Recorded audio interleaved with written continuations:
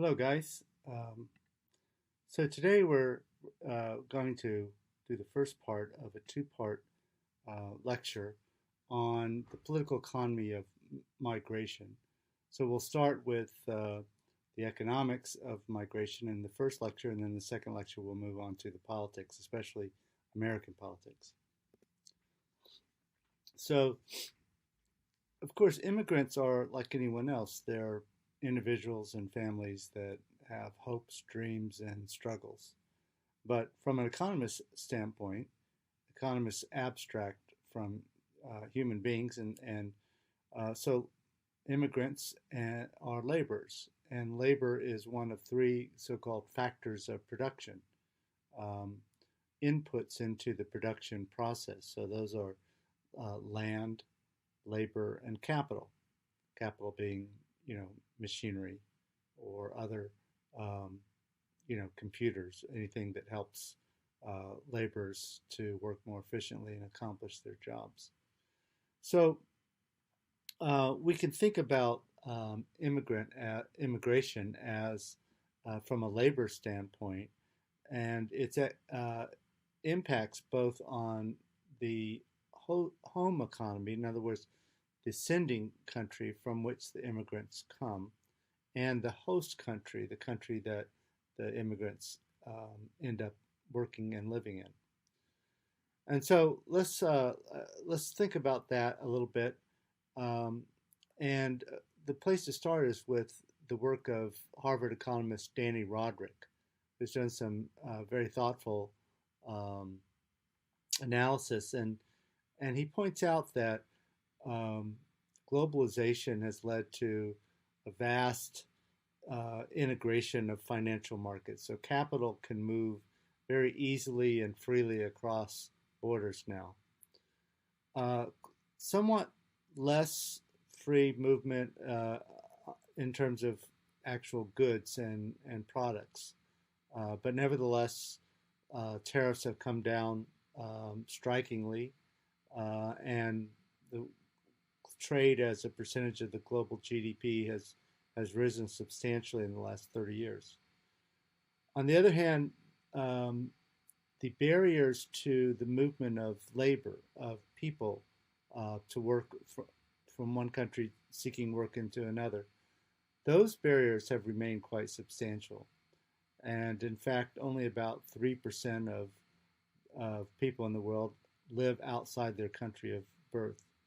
So the barriers in terms of immigration controls, as well as the informal barriers like language barriers or cultural barriers to the movement of laborers across borders in search of higher pay or better working conditions, um, those barriers remain far more substantial than the barriers to capital or goods.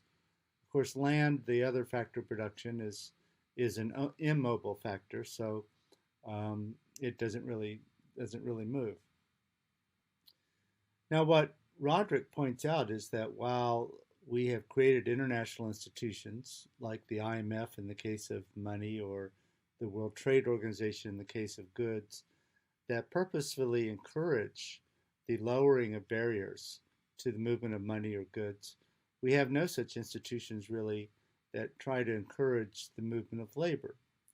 Now, economists tell us that the global economy is at its most efficient when factors of production are able to seek their most productive and efficient uses, regardless of national borders.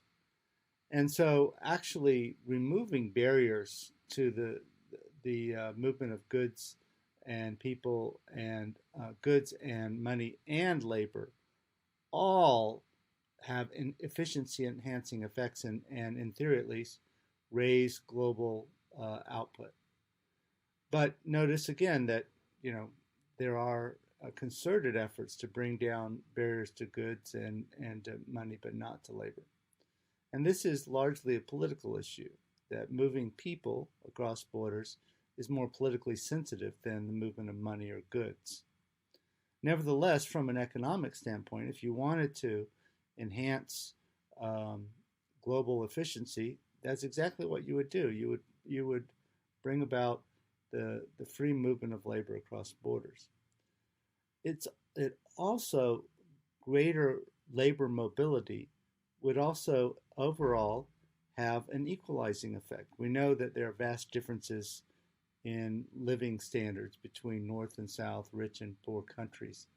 Um, but in fact, the reality is that if one were to remove all immigration barriers, there would be substantial movement of people across borders in search of higher wages. And that would actually help to what we call factor equalization theory tells us that as you remove barriers, uh, then the prices of factors, land, labor, and capital, tend to equalize. Those where the prices are high tend to fall, and those where the prices are low tend to increase. We also know that as workers move from low income to high income countries, their wages increase dramatically. In fact, uh, as a worker in the same industry doing the exact same job with no additional skills moves from, say, Mexico to the United States, in that case, their average wage would probably rise about 6 times. And for if we took other examples, uh, the wage rise would be somewhere between 3 times and 15 times as much, just for doing the same job. Now, part of that is because the worker in the richer country is working most likely with better capital, better machinery, better computers. They're also their production is raised by the fact that the infrastructure is much better. Um, the power's not cutting out for a few hours a day. The roads are in better shape, etc. And so, for the same work, that same labor can be more productive and is therefore able to command a higher income. So that explains, in part, the movement of people across our southern border, because this is the only uh, border between developing countries and a developing country and a developed country. Europe is kind of cut off to some degree, and Japan, of course, and Great Britain are, as well as Australia, are islands. So the U.S. Mexican border is a main example of how higher wages draw workers. But we can also see it in the case of Europe, where workers actually gravitate from Middle East or Africa through um, over the ocean in many cases on boats. So, why is there no push for lower barriers to migration if, in fact, that would lead to both higher output and greater efficiency as well as greater equity globally? And why no international institutions to to encourage immigration? Well, we'll get to those questions later, but let's first look at the economic impact of immigration on the home country. This illustrates the point that Roderick makes about how, in the same identical job, that uh, wages in the home country, represented by the gray bars, are vastly exceeded by the wages once those workers make it into the United States, which is represented by the blue bars. Now, so for the workers themselves, the immigrants themselves, obviously there's an enormous benefit financially. What about the impact on the home country in terms of losing labor? Well, in some cases, the labor that's lost through immigration is highly skilled labor. So we know, for instance, that in the United States and Europe, there are shortages of nurses and doctors. In the case of nurses, part of the problem is that we don't have enough slots in nursing schools because there are not enough teachers. One reason there's not enough teachers is because they can make more money nursing than teaching. So we have a perpetual shortage of nurses, and other kinds of health professionals. One way in which we try to make up for that shortage is by encouraging the migration of nurses and physicians assistants and doctors from developing countries. You can see here the uh, the percentages of foreign trained nurses and foreign trained doctors in different wealthy countries, especially doctors, make up a substantial part of the workforce. Now, um, this is a real problem because uh, these health professionals are moving from countries that have far, far worse shortages of medical assistance. The number of doctors and nurses per capita in Africa, for instance, is very, very low. Um, Whereas, even though we define what are defined as shortages in Europe or the U.S., actually are far higher number of medical professionals per capita. So, nevertheless, the incentives for health professionals to move are very high because of differences in wages. And in terms of the home country, in many cases, these people have been educated using taxpayer dollars and public schools, and now they're using that investment to go work in England or the United States or Canada. So that's certainly a drawback for the home country. On the plus side are remittances. Remittances are is money that immigrants send back to their home country, usually to families or to um, friends, or sometimes to their home villages. And you can see the remittances here have grown substantially. They're represented by the kind of pinkish color. Um, to give you an idea of how substantial remittances are, this chart shows also in green official development assistance, foreign aid. So you see, in remittances far outweigh foreign aid. They are on the same scale as private debt and portfolio equity capital movements, and they are still a bit lower, but the gap between remittances and foreign direct investment is narrowing. So remittances represent an enormous flow of money from rich countries to poor countries. In some cases, this just ends up subsidizing consumption by the family of a relative who has moved to the United States or Canada or Europe. Of course, that helps that family a great deal. It may even be a kind of investment in that younger brothers or sisters will be able to get education they might not otherwise. But overall, subsidizing consumption doesn't necessarily lead to the country's economic growth improving. So, in some cases, there have been investment clubs where immigrants have come together who come from the same village, and they send back money to be invested in, say, building a well or sanitation or a new clinic or school. And governments, in some cases, match those remittance flows to try to make sure that remittances get invested in things that produce economic growth. So that's certainly a positive thing. In terms of trade, there's an interesting effect that immigrants bring not only the labor that they themselves represent, but they also bring the knowledge and social networks that connect them back to their home country. And those networks and knowledge help to facilitate trade with the home country and between the home country and the host country.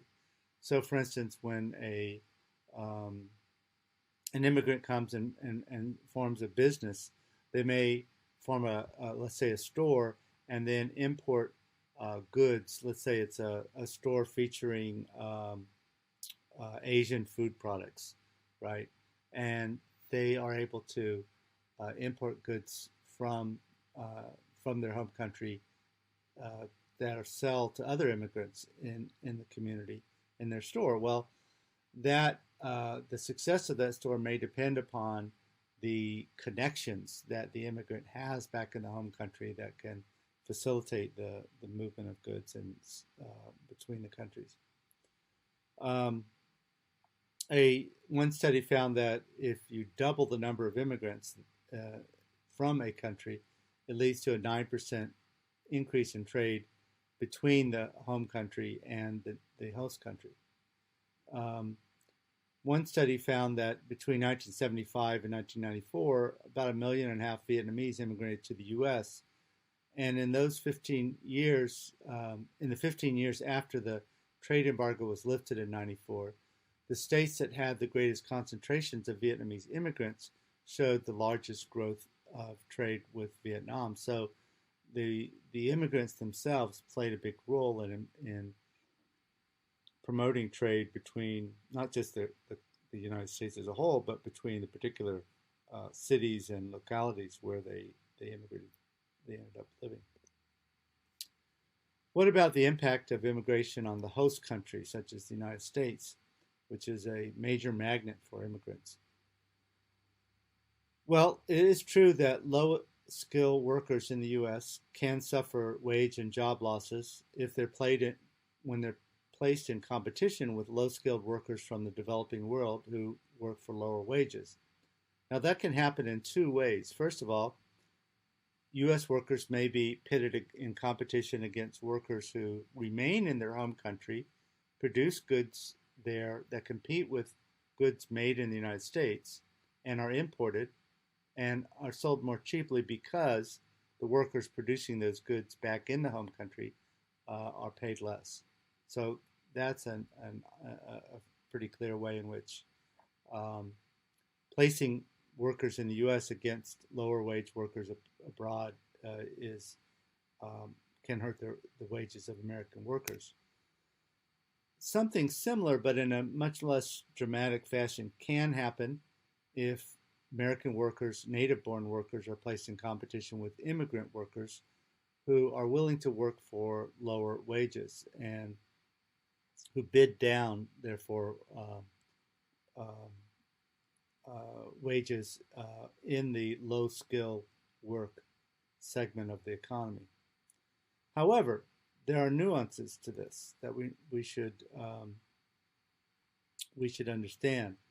Well, I should add that when immigration does have the effect of reducing wages at the bottom, that obviously also increases inequality. It means that the gap between rich and poor here increases.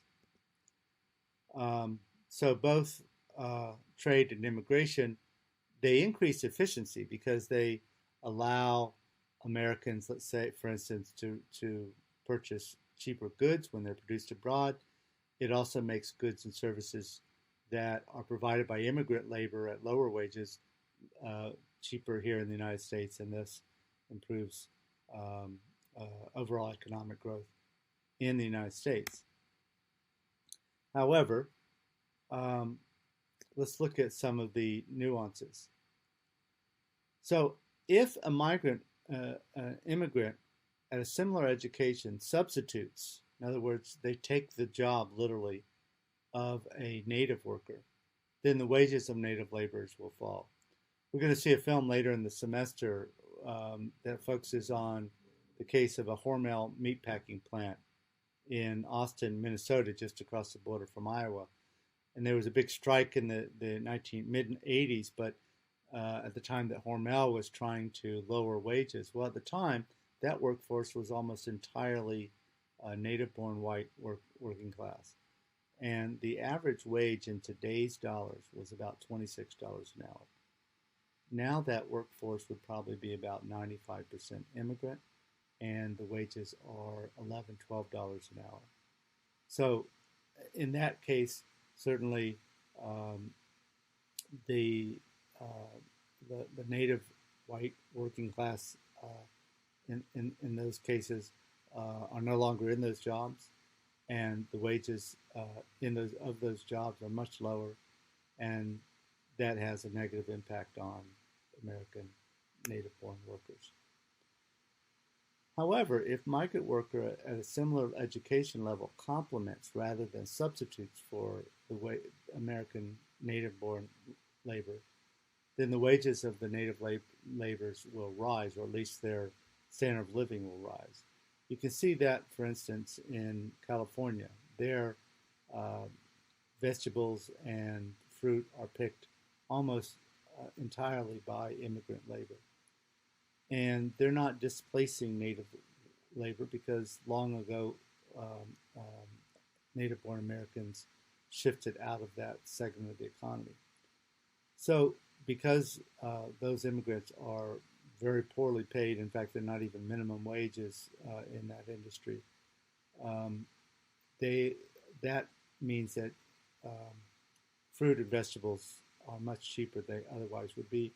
And when American native-born American workers, whatever their you know whether they're skilled or unskilled, their their what their income will buy goes further because they have to pay less. Same thing is true in industries like restaurants or construction, which have lots of immigrant labor.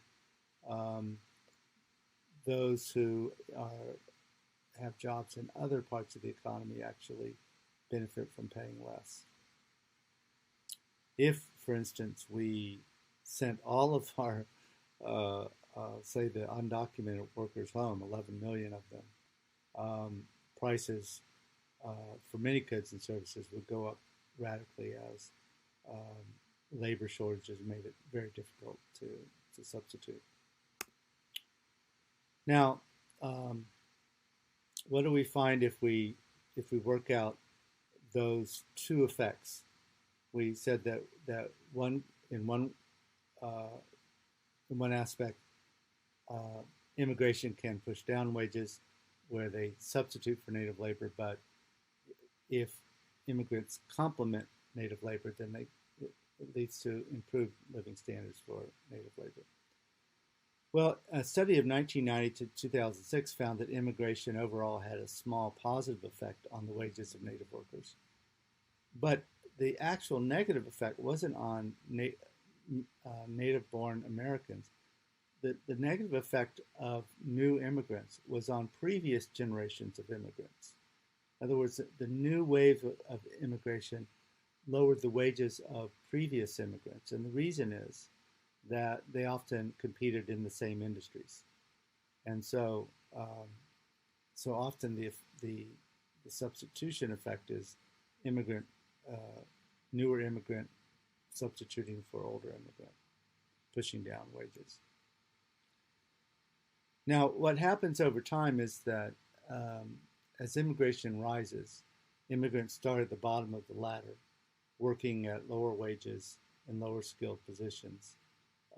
And native labor, no, unwilling to work at those low wages, moves out. And where do they move out to? They move out to those jobs where English is necessary.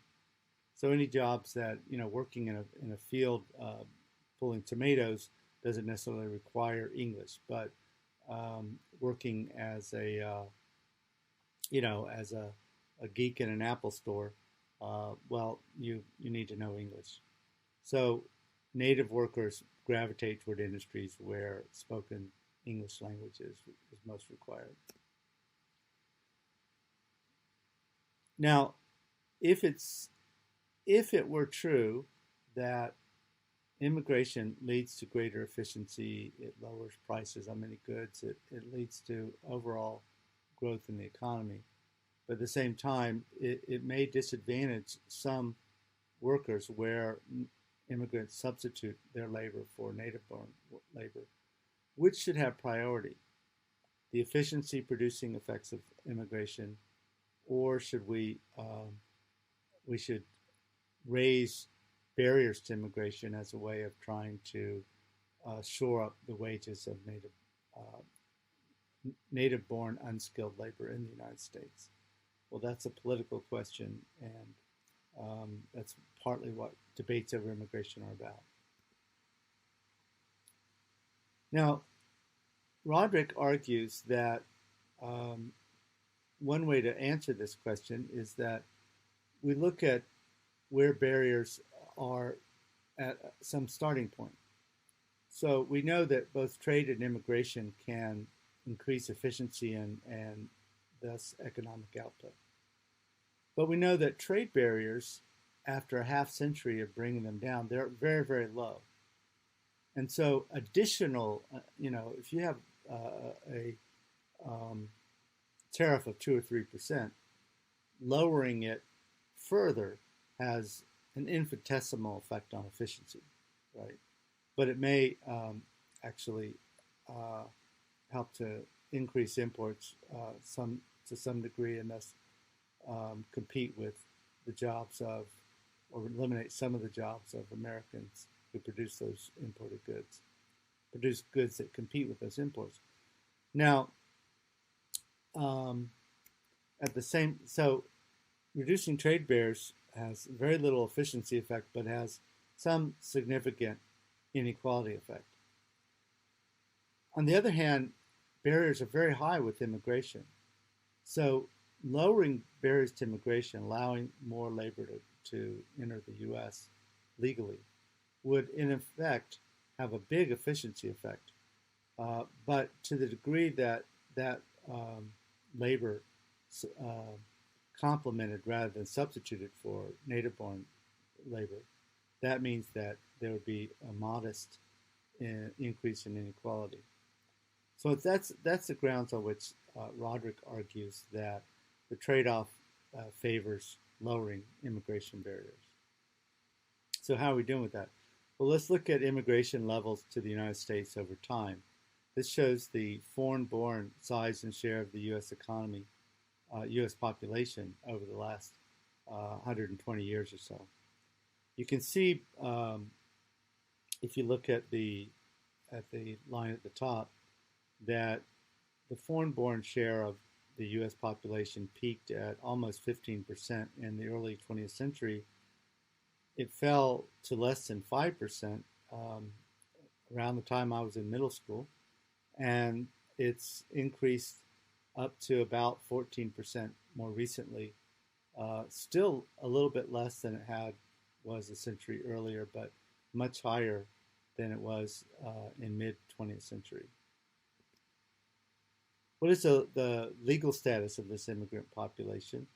Well, about 44% are naturalized citizens. Another 27% are legal permanent residents. Another 4% are legal temporary migrants. They come on some kind of guest worker program. And then there are about 25% who are undocumented, unauthorized immigrants. Americans sometimes tend to exaggerate how big the undocumented portion of the immigrant population is. It's about 25%. This shows the numbers of undocumented, and from this perspective, you can understand why it feels like the undocumented population is so large. It's because it started from a very small base. So back when I was in middle school, it was very, very low in the early 70s, and then less than 1 million. And then it grew to about 11 to 12 million people in the mid 2000s, the aughts, and then it's kind of flattened. And in fact, we'll see another figure. Depends on how you measure it, but it's actually been some decline in recent years. So, what's the impact on the U.S. economy? Well, the fiscal impact. I mean, we're just looking not on the impact on economic growth, but the impact on government taxes and spending, right? The fiscal impact, immigrants do pay taxes, of course. They also draw upon government for social services. What is that? How does that net out? The fiscal impact of each new immigrant at all levels of government is a negative $1,600, according to one study, $1,600 a year. That's new immigrants. But second and third generation immigrants, the children and the grandchildren of those new immigrants, they have a positive impact that swamps the negative impact of the newer immigrants. So first generation negative, but if they allow them to stay, their children and grandchildren will contribute far more on the positive side than is lost on the negative side from the first generation.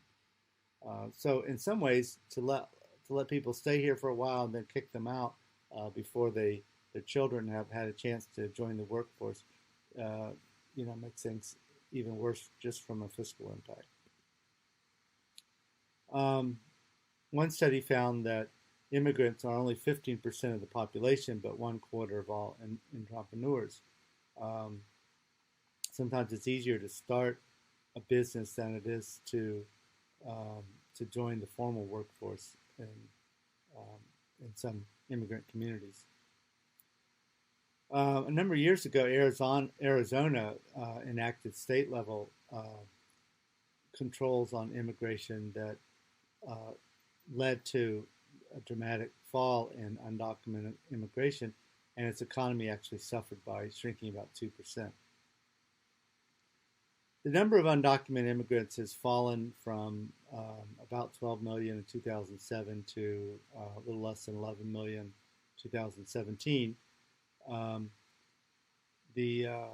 Until recently, unemployment was very low, and um, the declining numbers of immigrants actually were leading to labor shortages in agriculture, construction, and some other industries.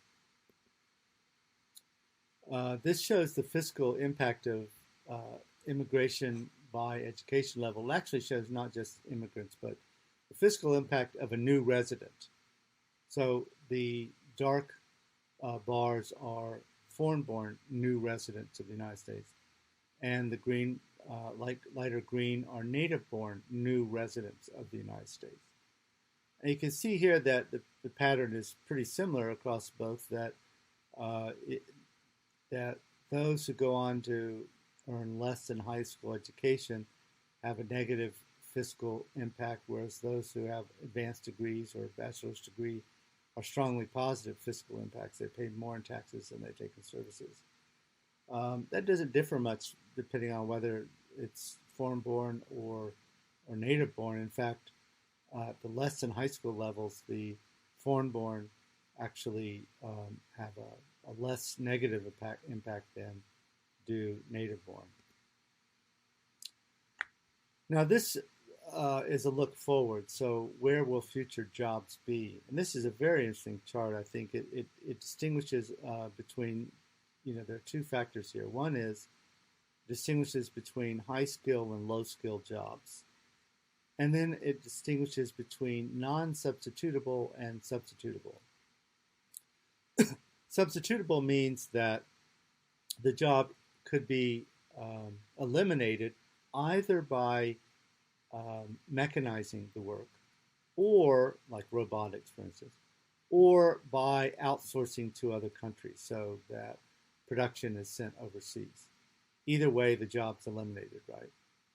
So some industries and some jobs can easily be mechanized or can easily be outsourced, and others cannot. It's hard to outsource or mechanize cutting hair, for instance.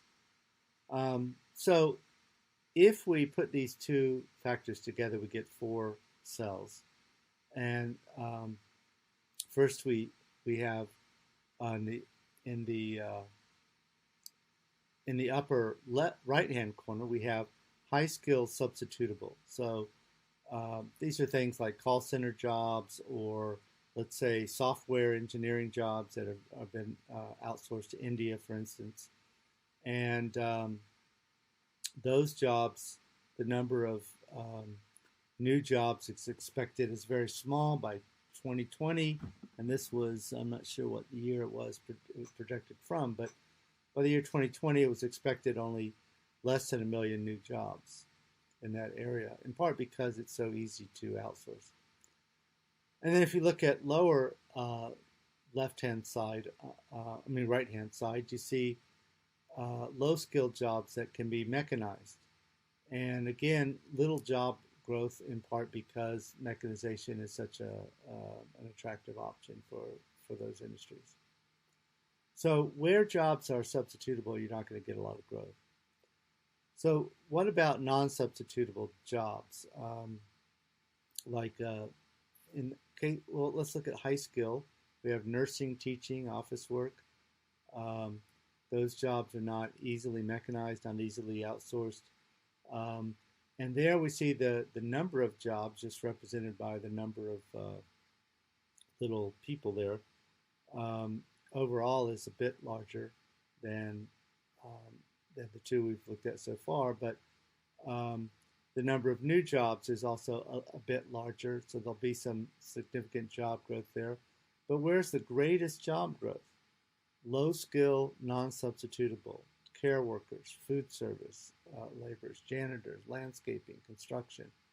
Um, those are 3.6 million new jobs were projected. Of course, we have COVID now, so who knows? But those are the growth industries. Those also happen to be the industries which are most are the entry level jobs that are most often occupied by new immigrants. And so, if we do not allow new immigrants, then those jobs will not be filled, as there'll be labor shortages, which will push up prices, wages, and which will um, push up prices for those goods as well. All right, well, I'm going to stop here on the examination of our economic impacts, and then when I come back, we're going to the second lecture is going to focus a little more, drill down a little more on how the United States will be affected or is affected by immigration and how that plays into our politics. Thanks.